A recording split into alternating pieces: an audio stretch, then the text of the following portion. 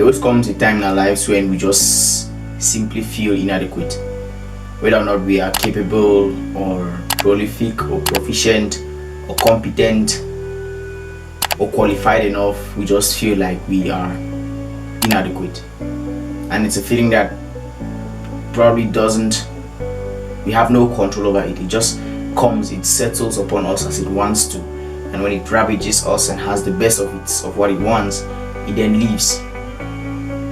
The simple truth is, it's an inevitable feeling. No matter how hard you're working, no matter how much time you're putting into studying, into mastery, we're always going to feel that. But it is advisable for us to understand the reasons why that happens. Now, the first reason why we feel inadequate is because of our past. No matter how much success you have accumulated in the past, no matter how great the things that you have done are, there's always a point where you did something stupid, you made a mistake, or you fell short. And sometimes looking back at the past and looking at the things that you've done and looking at those quote unquote stupid things that you've done, sometimes makes you feel like you're inadequate in the present.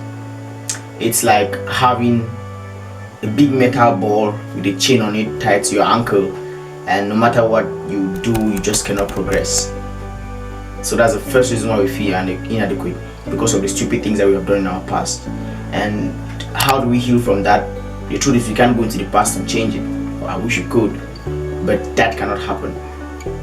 What we should rather do is accept that that is what has happened. Accept that you did something stupid, you made a big mistake in the past, and that there's nothing you can do about it. To me, that's the best way to move on from that particular incident and to regain the feeling of adequacy and to regain your atmosphere of competence and courage. Now, the second thing, which is almost going to antagonize the first reason, is the future.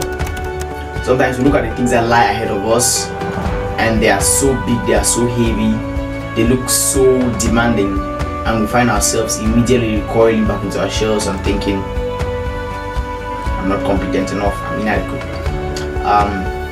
The truth is, you might be in some way, you might not be, but it's always going to come up. That's why at the beginning of this video I said it is a feeling, and it is always going to creep upon us at the moment that we least expect it.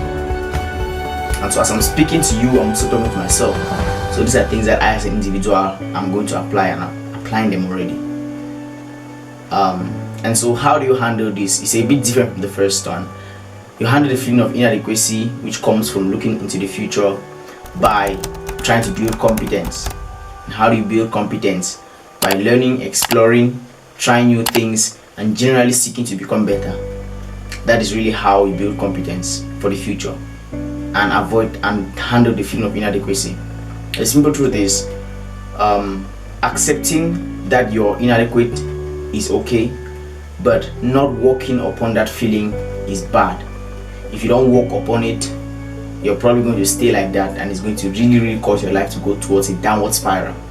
So when you identify the moments where you feel inadequate, you research about what it is that you're inadequate on. If you actually are, then work on it. If you're not, then accept that it's a feeling and that it can really, should I say, impede your progress in a specific area. So every once in a while, we all feel inadequate. We cannot escape the feeling, we cannot run away from it, but we can certainly accept it, and by doing that, we are dealing with it.